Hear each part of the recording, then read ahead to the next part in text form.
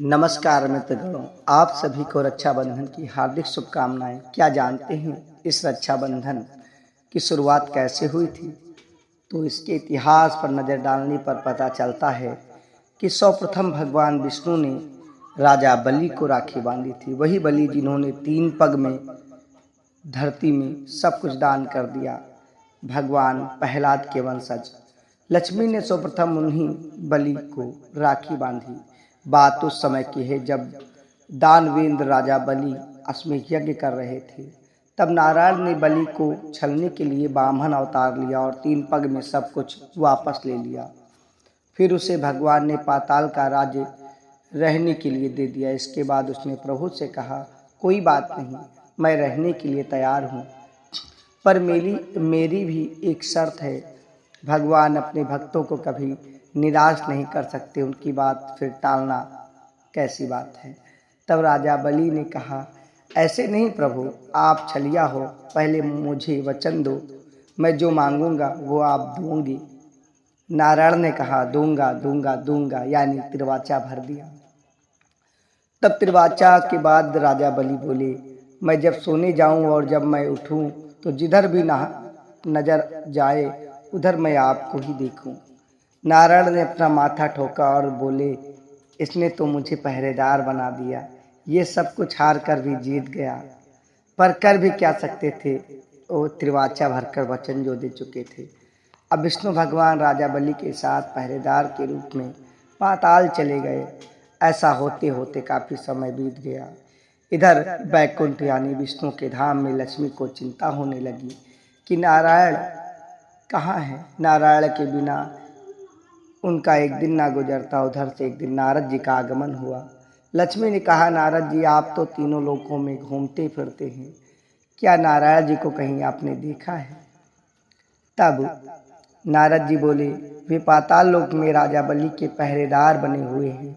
यह सुनकर लक्ष्मी जी ने कहा, मुझे आप राह दिखाइए, मैं कैसे उन्हें वापस पाऊं। तब नारद ने कहा, आप राजा बलि को भाई बना लो, रक्षा का वचन लो, पहले त्रिवाचा करा लेना कि दक्षिणा मैं जो मांगूंगी वो आप दोगे। राजा बलि ने जो कह दिया वो पत्थर की लकीर है और दक्षिणा में आप नारायण को मांग लेना।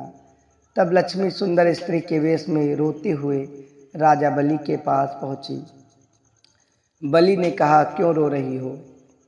तब महालक्ष्मी बोली, मेरा कोई भाई नहीं है, इसलिए मैं बहुत दुखी हूँ। यह सुनकर राजा बलि बोले कि तुम मेरी धर्म बहन बन जाओ। तब लक्ष्मी ने त्रिवाचा कराया। बोली, मुझे आपका ये पहरेदार चाहिए। जब ये मांगा तो बलि अपना माथा पीटने लगा और सोचा कि धन्य हो माता, पति आए सब कुछ ले गए और ये महारानी ऐसी आई कि उन्हें भी ले गई। एक तरफ भाई बनाकर वचन पालन और दूसरी तरफ रक्षा का वचन, तीसरी तरफ दान में भगवान विष्णु। तभी से रक्षाबंधन को ये वचन कहा जाता है। मंत्र पढ़ते हुए राखी बांधी जाती। एन बंधो राजा बलि दानवेंद्रो महाबली, तेन तोमम प्रति वद नमी रक्षी मचल मचल। ये मंत्र रक्षाबंधन था, रक्षा के बंधन को जो हमें सुरक्षा प्रदान करे। सुरक्षा किससे? हमारे अतीत और बाहरी शत्रुओं से, रोग और ऋण से। राखी का मान करे, अपने भाई के प्रति प्रेम और सम्मान की भावना रखे। ये फैशन नहीं है, ये आस्था की वो लड़ी है जो कभी टूटती नहीं है, हर संकट में साथ देती है। इसी तरीके से श्री कृष्ण को सावन की पूर्णिमा के दिन द्रौपदी ने बंधन बांधा और तभी से वो भी राखी मनाने लगे, यानी वो भी सावन की पूर्णिमा का दिन था। ये दो कहानियाँ सावन की पूर्णिमा के दिन राखी बंधन की है और बहुत सी कहानियाँ हैं। आपको कहानी कैसी लगी?